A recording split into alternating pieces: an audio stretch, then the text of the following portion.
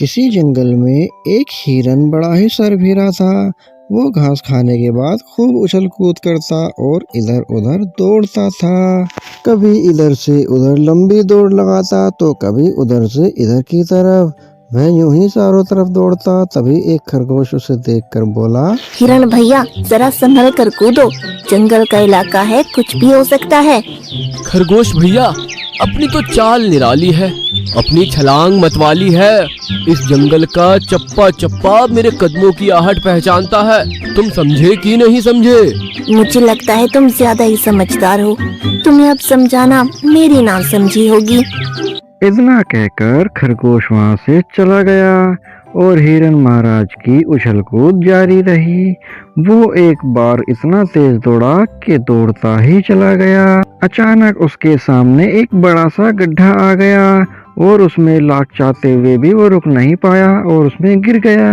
गड्ढा काफी बड़ा था, वो उसके अंदर जाकर फंस गया और उसने उछल कूद करना शुरू करा बाहर आने के लिए, लेकिन इतना गहरा होने के कारण वो आ नहीं पाया।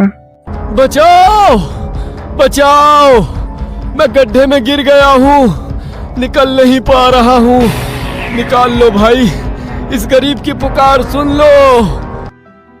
उस गड्ढे से कुछ ही दूरी पर एक बंदर जा रहा था। उसके कानों में ये आवाज पड़ी तो उसने इधर उधर देखना शुरू किया, लेकिन उसे कुछ दिखाई नहीं दे रहा था। हैं? चारों तरफ तो कोई दिखाई नहीं दे रहा, फिर ये आवाज कहाँ से आ रही है? कहीं कोई भूत तो नहीं? अरे मैं भूत नहीं हूँ, मुझे बचा लो, बड़ा उपकार होगा। अरे भाई तुम दिखाई क्यों नहीं पड़ रहे हो? क्या आकाशवाणी से बोल रहे हो? अरे मैं गड्ढे के अंदर हूँ, तुम्हें कैसे दिखाई दूंगा? गड्ढे के पास में आओ, मेरी मदद करो। बंदर ने आ रही आवाज की तरफ जब धीरे धीरे कदम बढ़ाए तो उसे एक गड्ढा दिखाई दिया। जैसे ही वे गड्ढे के पास गया तो उसने देखा हिरन महाराज के लिए गिड़गिड़ा रहे थे। अरे हिरन भाई, तुम गड्ढे के अंदर कैसे पहुंच गए? भैया नासमझी के कारण बहुत बड़ा धोखा खा गया। अब तो मैं अंदर हूँ, सही ढंग से बता नहीं सकता। खरगोश ने समझाया था, मैं नहीं समझ पाया था और गोता खा गया। मैं तो तुम्हें निकाल नहीं पाऊंगा, अगर कोशिश करूंगा तो खुद ही गिर जाऊंगा। अब तो तुम्हें हिम्मत दिखानी होगी, ऊंची छलांग लगानी होगी। बहुत सारे जानवर वहाँ पर इकट्ठा हो गए। हर कोई अपनी अपना दिमाग चलाकर नई तरकीब बता रहा था। तभी खरगोश बोला, हिरन भाई हम लोग तो तुम्हें निकाल नहीं पाएंगे, कुछ देर बाद यहाँ से चले जाएंगे। इसके बाद एक भयानक बब्बर शेर आने वाला है, सुना है बड़ा खूंखार और भूखा है। यदि उसने तुम्हें देख लिया तो समझ लो सीधे ऊपर का टिकट कट जाएगा।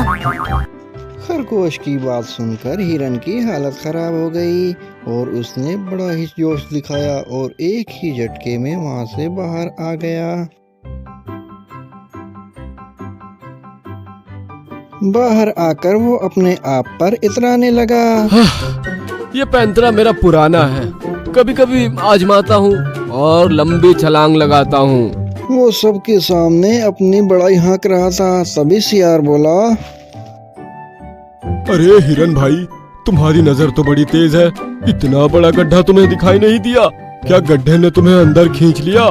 अम्मा यार सच सच बताओ, तुम गिरे कैसे? सियार के सवाल करने पर हिरन खुश हो गया और बोला, सियार भाई तुमने अच्छा प्रश्न किया है, मेरा दिल जीत लिया है। अब मैं सही जगह पर आ गया हूँ, इसलिए इसका उत्तर बताने में मुझे अधिक आसानी होगी। सभी लोग एक तरफ खड़े हो जाओ, मैं बताता हूँ कि मैं गिरा कैसे। हाँ। हिरन पीछे आया और उसने जोर से दौड़ लगाई और उछलकर जोर से उसी गड्ढे में जा गिरा। इसी तरह मैं गड्ढे में गिर गया था। उसकी इस हरकत से सभी परेशान हैरान हो गए। अरे भोंदू, तुमने ये क्या कर दिया? अपने आप को फिर से गिरा लिया। खरगोश भाई तुम नहीं समझोगे, ये अपना अंदाज है। अभी फिर से छलांग लगाऊंगा और बाहर निकल आऊंगा। ये कहकर हिरन ने ऊंची छलांग लगाई, लेकिन बाहर नहीं निकल पाया। उसने ऐसे ही 2-3 बार कोशिश की, लेकिन नाकाम रही। ये हिरन दिमाग से पैदल है, भला कोई गड्ढे में फिर से गिरने का प्रयोग करता है। बार बच गया, फिर अपने ही मूर्खता से फंस गया। अब तो लगता है ये गड्ढे में ही रह जाएगा। नहीं नहीं, मैं गड्ढे में रहा तो शेर मुझे खा जाएगा। मुझे बचा लो यारो। बड़ी देर तक तमाशा ऐसे ही चलता रहा। हिरन बार बार उछलता और फिसलता रहा। तभी वहाँ पर एक लंबा सा जिराफ आया और वो गड्ढे में उतरकर उसने अपनी पीठ पर हिरन को बाहर निकाल दिया। गड्ढे में गिरने के प्रयोग की मूर्खता दोबारा मत करना, वरना अंदर ही रह जाओगे।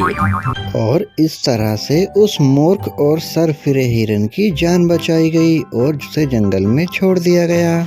प्यारे बच्चों, अगर तुम्हें हमारी कहानी पसंद आई हो तो हमारे वीडियो को लाइक करो, चैनल को सब्सक्राइब करो।